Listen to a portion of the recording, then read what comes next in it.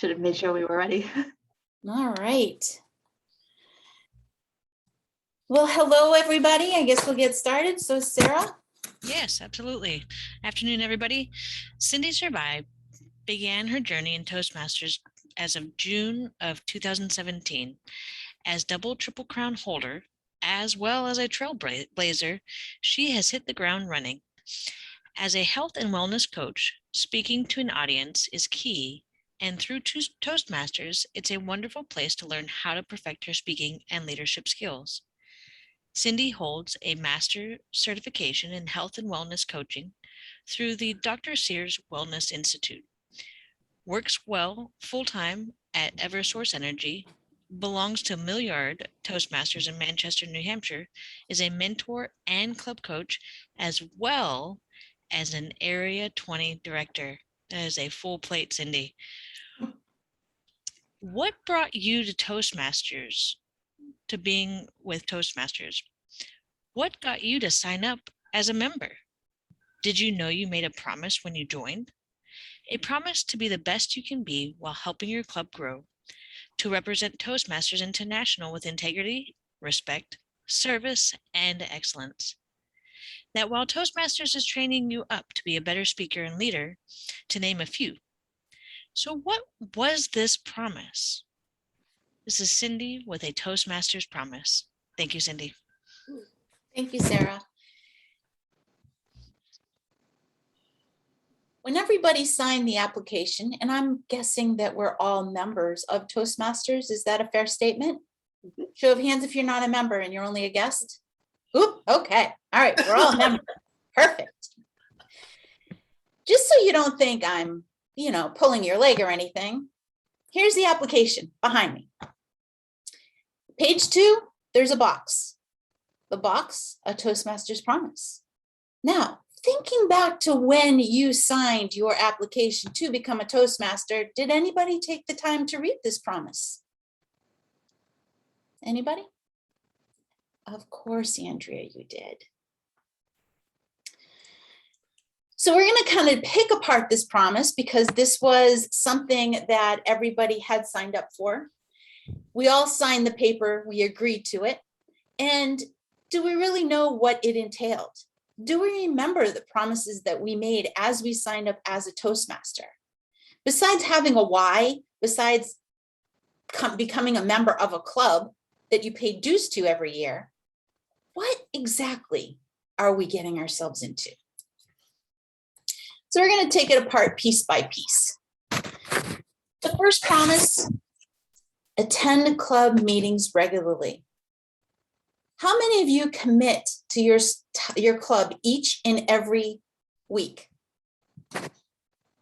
Make that commitment and show up. Great. That's something that when I first joined the club, a friend of mine told me, you get what you put into it. And if I'm not giving it my all, what am I getting out of it? Not what I could get if I did. So attending club meetings regularly, it's really something that I hold dear. If I'm going to be part of a club or an activity or an outside event, I want to be there. I want to be present. I want to know what's going on, and I want to be engaging in that club. But hold that thought, because that's another promise coming up.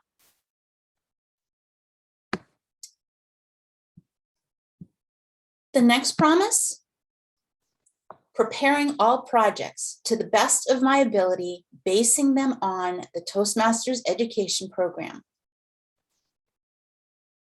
Now, I don't know about you, and as Sarah stated, my plate is pretty full. I have a lot going on. I have a lot of commitments, and somebody wants a piece of something all the time. Anybody else with me? Seems to be the way life is rolling for the majority of us always now. And actually taking time for yourself is perceived by some as selfish. Not me, because I know the benefits of that to recharge this engine. But preparing my projects, if I do something half-heartedly, am I, one, going to learn everything I need to learn from it? No. Two, get the most out of that project Toastmasters wants me to get out of it? No. And 3, if you do something half, it ends up projecting outwardly to the people you're presenting to as half. And that's not what we're looking for here. We're looking for the best of the best. We are the best held secret after all, and we want to project that. Who are you? I'm a Toastmaster. How did I get there? Because I gave it my all. The next one we have, prepare for and fulfill meeting assignments.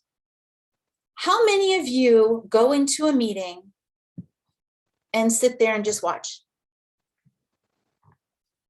Or sit there and just listen and don't take on a role or don't engage or kind of like make no eye contact with the people at the front of the room because you don't want to be a table topic person or you don't want to be called on for that role that can't get filled because you don't like doing that role. I only do that for one role and thank God I haven't been called on for that role yet. Note taker, quizmaster. Quizmaster's fine, note taker, I don't like that one. I do enough meeting minutes with my full-time job things anyway. Well, how many people don't get engaged? In your club, if you're looking at your club as a whole, you have members in your club that don't engage. So why? Why aren't they engaging? Are they afraid? Do they know what the roles are? Maybe that's something you could bring home to your club. Say, being the humorist or inspirational moment or thinking up 5 questions for table topics isn't that hard. Timer, simple role to start off with. Help these people, kind of guide them. Because if you're a seasoned member, you know what is involved in all of this stuff. Share your knowledge because that's key. So don't be afraid to hone up to something. 4th one is provide fellow members with helpful, constructive evaluations. Now, this can get ouchy, so I'm going to try not being ouchy, but how many people can't figure out what they did wrong? You have a member that is a more polished speaker. In that polished speaker, you can't figure out anything they have done wrong. They don't do the knows, you knows. They don't have double clutches. They speak fluently. They're not tripping on themselves. Their body language is perfect. And they have nothing that you can see to improve on. That isn't an evaluation. That is not why we are in Toastmasters. There has to be one thing out of that glorious speech you heard that they could do better at. So don't do disservice. TI, Toastmasters International, has a whole booklet on evaluations. I highly recommend you looking it up and just giving it a glance over. Make yourself a better evaluator. And who knows, you could be involved in the contest to evaluate somebody and win.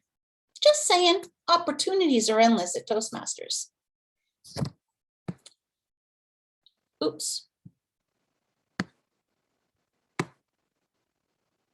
Sorry about that.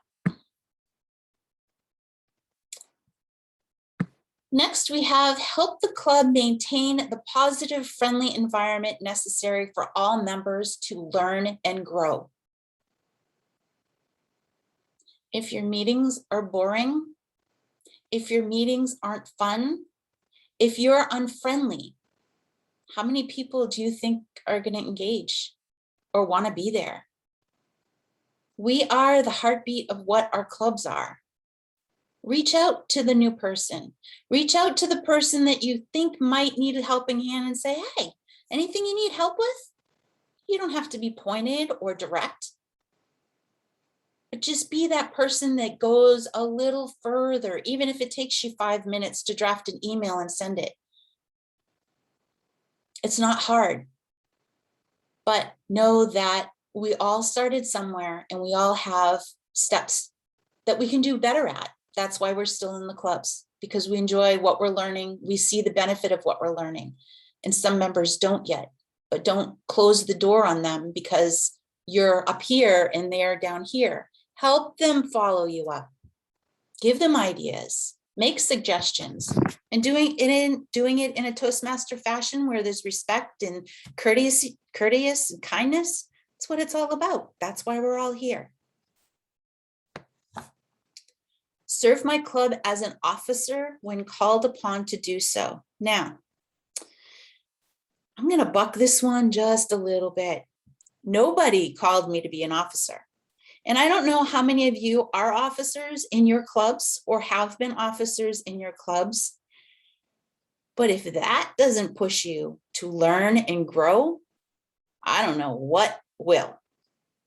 Between the Toastmasters Leadership Institute, to the conferences, to the monthly calls that they have for each of the officer roles, to the emails, to the newsletters, to the information that's on Toastmasters International, you have a plethora of information at your fingertips. And if most people, there's a lot of people in this Toastmasters world that have businesses. Who can't use help with PR? Be the VP PR. And guess what? You're getting all this information for free because you're a member anyway. Even being the president, you're stirring the pot to organizational skills. The VPE. Now, let's talk about a role with organizational skills. If you don't get that right, you're going to have some members on your butt because they want credit for what they're doing. But all this stuff is training you up to be organized, to be a little bit better at record keeping or keeping things straight. Step up the mountain just a little bit. And if you haven't done it yet, give it a try. It's for 1 year. And like everything in Toastmasters, you have a safety net below you of people that have already been doing it that can help you along the way.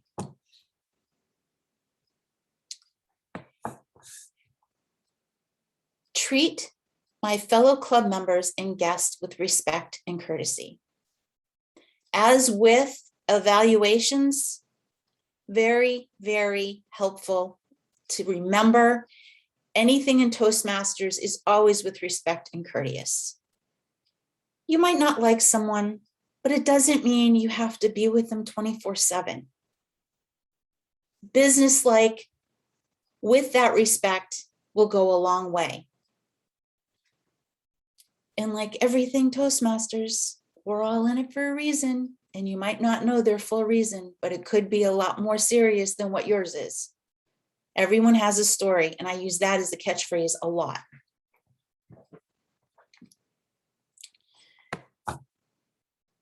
This one is like the bullet of all the promises. Bring guests to club meetings so they can see the benefit Toastmasters memberships offer. When was the last time you invited a guest? When was the last time you were at an event and you were counting the ums and ahs of the speaker and said, hey, I got something for you?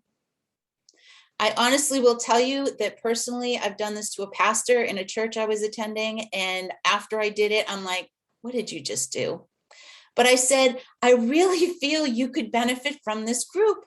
And then I proceeded to offer the senior pastor a speech craft because I needed to do a speech craft. So I said, hey, I'm doing this. If anybody wants to come, it's free. It didn't work according to plan, but I put it out there. I wanted people to know what I was doing. I don't know how many people have come up to me and said, your personal growth has bloomed exponentially. Has anybody else heard that? Has anybody else asked you? What are you doing because you're changing? It's good. Don't get me wrong. It's good, but you're changing. Huh. Best kept secret is Toastmasters. Where else can you go and talk and people have to listen to you for 5 to 7 minutes? Well, in this case, it's 20, but you know, we're trying. So invite your guests. I challenge you. Next time you see someone that you think could use it for any reason, say, hey, I got something you might be interested in. Why don't you come with me this week? Put it out there. You never know. Adhere to the guidelines and rules of all Toastmasters education and recognition programs. I didn't fully understand this one until I had to head up a contest. And if none of you have had to head up a contest, can I just tell you, the rule book is about 100 and some odd pages, and some people know it inside and out. I am not one of those. I will chair a contest anytime, but I do not want to be a head judge. I know my limitations. That would be one of them. But those rules are in place for a very valid reason. One of the biggest things I can think of off the top of my head would be the branding of Toastmasters. Why do we brand things? Why does it matter what we're using for marketing for our clubs? Because we want it to be succinct with Toastmasters. We don't want to have all this different stuff out there and not have it match up to what the brand is. So that's an important piece. And that is just a glimpse of why we have rules for Toastmasters.